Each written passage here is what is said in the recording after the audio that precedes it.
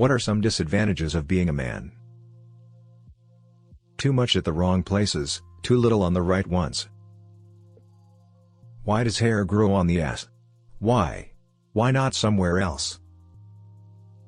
Male biology straight up transported head hair to the ass.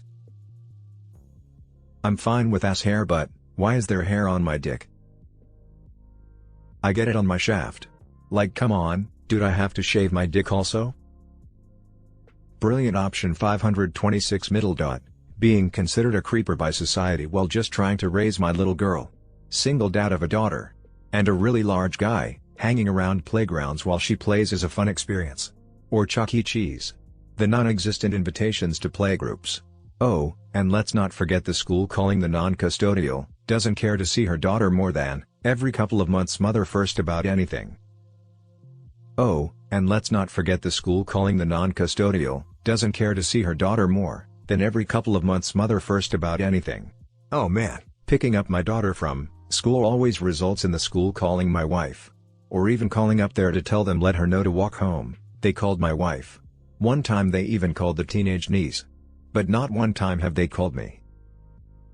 Telecommando 2 middle dot. I quit my job and watched my daughter, full-time from 5 months, 12 months.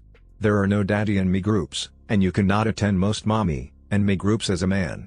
There is no support for dads. It's very lonely, and hard to make friends with other parents, and it is awkward being the only dad in a group full of moms. People make the dumbest comments like, oh wow, he changes diapers? Like, it's some big deal, but it is just me being a parent. She's a bit older now, and doing dance, and we'll have a recital coming up again. Her mom did dance mom duty last year, and was not looking forward to doing it again. I don't want her backstage alone with some strangers, so I said I would do it. We'll see how well that's gonna go over. If someone around me said, oh wow, he changes diapers? And I wasn't in the best mood, I'd say something along the lines of, yep, welcome to the modern world. Women can vote, and I can change a diaper, crazy isn't it? Honestly absurd that people can still be surprised that a man will contribute to child raising. Stay-at-home moms haven't been the norm since the 60s. You're automatically at fault in any domestic disturbance situation. Almost got arrested one night, because I was just trying to get away from my blacked out, screaming then girlfriend. I was friends with a woman in my building. And then one day, we weren't. I went from being the best person ever, to being everything that was wrong in her life. A few months later, I'm house cleaning, and realized that there was a big box of her stuff still in my closet, that I had been storing for her. So I left it at her door while she was gone. Couple days later, cop at my door. Evidently she had told them I was stalking and harassing her. I gave them the story, pointed out she didn't freak until after I gave her keys back to her, and that, seeing as we lived in the same building, walking past each other was going to happen. Showed them the stuff she had been throwing down into my hedge, and a year's worth of emails proving we had been friends. Cop was like, oh, dear. Now I have to go back tell her not to make false accusations. Sorry to bother you. I had COVID a week ago real bad, and said my body aches hurt a lot, and I was coughing up blood, enough to go to urgent care, and the nurse suggested it was the man flu. What the fuck does that even mean? That my symptoms are just, when men complain about having body aches real bad, and they are in pain but faking it for attention. I'd Google man flu. Helpful baldness. While most men can't, certain men can make it work for them. People expect you to pull it together at any situation. I think there is a real benefit to being able to pull your shit together when you have to. On the flip side, there's a real inability to lose your shit and be vulnerable as a man when you can. Yeah, knowing when you have to roll up your sleeves, put your own shit aside for the moment, and deal with the shit in front of you before it hits the proverbial fan, and develops into a class 5 shitstorm is a useful life skill to have for everyone, man or woman. Having the ability to know when shit's enough, taking responsibility for your own shit, working through the shit productively, as best you can under the circumstances, and not just taking said shit out on others. Even asking for help with shit, if shit is just too much for you to handle alone, is an even more useful life skill to have. Throw me away poopy middle. Constantly being suspected of being a sexual predator, at the playground. It's utterly bizarre, but head over to r/Reddit, and you'll find it happens all the time. It hasn't happened to me in a couple of years, but in one notable example, I was with my 3 daughters at the playground. One of them fell down and scraped her knee. While I was comforting her and giving her a hug, a mom rushed up and got down on my daughter's level to ask where her mom was. I said, "Her dad is right here." The woman completely ignored me and kept asking my daughter where her mom was. I had to physically move to stand between them and repeat really loudly, "I'm her dad." Then the woman sort of apologized by saying, "Oh, I was just making sure she was okay." This sort of thing happens to dads all the time. Edit. Very interesting that all of the comments saying this hasn't happened to me seem to be coming from non-American Redditors. Seems to be a uniquely American phenomenon. May this stupidity never spread to your countries. Since this seems to be getting a lot of attention, I just want to plug r/daddit for all you dads out there. It's the most wholesome place on the internet, if you're looking for support, advice, a place to vent, a place to celebrate, and pretty much anything else at all. Thankfully I haven't gotten the sexual predator thing, but I have had the giving mom a break? Or it must be dad's babysitting day. Ugh. I'm a parent, not a babysitter. And frankly, with my wife's physical disabilities, I tend to do almost all the outings with the kids. It's not a dad or mom thing, it's just a parent thing.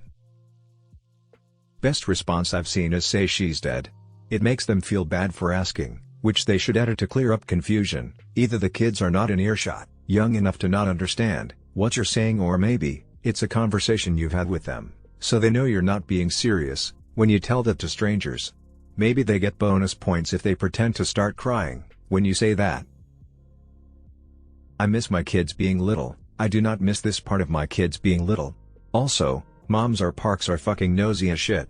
My friend, a white guy, is married to a fairly dark-skinned Filipina woman, and the kids took after her. He was at a park with his 2 kids when some mom saddled up to him and asked, "Where did you get those children?" "From my wife's uterus." He didn't even look over, but she sulked away without another word. Play with my kids at the playground, and when they make a friend and ask if I can push both of them on the swings, I have to say no. I know it hurts their feelings, but I have to be there to be their dad, and I can't get arrested because I pushed someone else's kid on the swing. And most of the time the other kid's mom is just cruising Facebook or something, so it's not like I can go up and ask, because they would think I was a creep since they haven't seen our kids playing. On the other hand, if it's their dad there, he will almost always join me pushing our respecting kids on the swings, and we will have a nice chat. It's honestly heartbreaking that I can't do something innocent like that without people thinking I wanted to molest their kids. The constant feeling that crying is a crime. If you let a single person see you cry, you must have full trust in them, or have the haunting feeling that everyone around you knows the truth about how pitiful you are.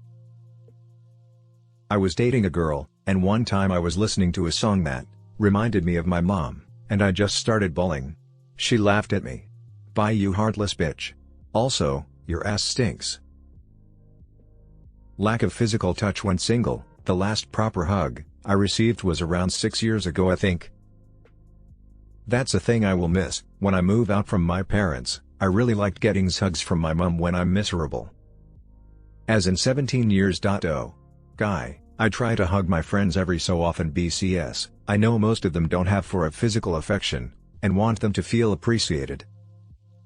Sometimes I just want a hug and a cry, but get weird looks if I ask my friends. Dude, I find myself shedding singular tears in movies, because I'm so used to holding everything else in. Small things break me down.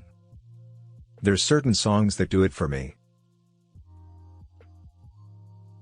Having to take the initiative, especially for shy guys. I'm not even shy. A girl came all the way to me in the club, and then waited because her friend told her that I'll approach her. My friend later told me that I should have approached her. Bro, why? Because that's your job. Smiley face. I'm tired of this BS. If you're interested, just say it, regardless of the gender. There's a great online app for this. It's called Bumble, where women have to make the first move. Except they don't, instead posting Instagram and Snapchat handles saying "message me there." Or, and this is one I hate, the message first with just a period. Like, that is the entire message. A fucking period. So, obviously they sent the first message as required by the app, but you still have to provide the opener, same as you do anywhere else. Fuck that. I've heard about this from a lot of my guy friends, and it confuses me so much. Why the hell are they on Bumble, if they don't want to be the one to initiate conversation? Almost always have to initiate. The pressure I have to support my family, work through the pain of my body, I ruined in the military, and I have to appear to be happy. If I told people about the weight I feel every day, they would laugh at me. It hurts so bad, and I'm not sure how much longer I can keep this up. The stress that causes keeps me awake at night. Hey man, please talk to someone about it. Life is tough as it is, we don't have to make it tougher for ourselves. I'm rooting for you man, and here, if you wanted to vent. There is like societal pressure as a straight man to be the one who goes after a woman, and there is a lot of rejection that goes along with that. Not to mention it's a double-edged sword. Many women do not like to be approached by men, and it can be perceived as creepy even if it's done in a non-aggressive manner. On average, significantly longer prison sentences for the same crimes. Here's an example on how light those sentences are. The word rape isn't used a single time in that article. People just assume we're oblivious, like flirting for example. We hear your signals loud and clear, we're just so worried that we're reading them wrong. So often won't act on them cause, if we do then we're pigs and disgusting. Not only that. Sometimes you do hear the signals, you are just not interested. But then comes the shame from other guys, and sometimes you are just too awkward to tell a girl to stop clinging to your arm. I've had cases where a girl starts getting touchy and flirty and I'm just not interested, and after not going through with it, I ended up with other guys going, dude, why didn't you at least kiss her? She is so hot, or dude, she is so into you, why don't you approach her? Maybe because I don't want to? Maybe because men can also feel uncomfortable when a girl is being pushy. It's not just a thing women experience, but no one really considers it when it happens to a guy. You can easily go months without being touched by a human being if you don't have a partner. If you are a victim of domestic violence, people won't take it seriously. People don't think that women can be vicious.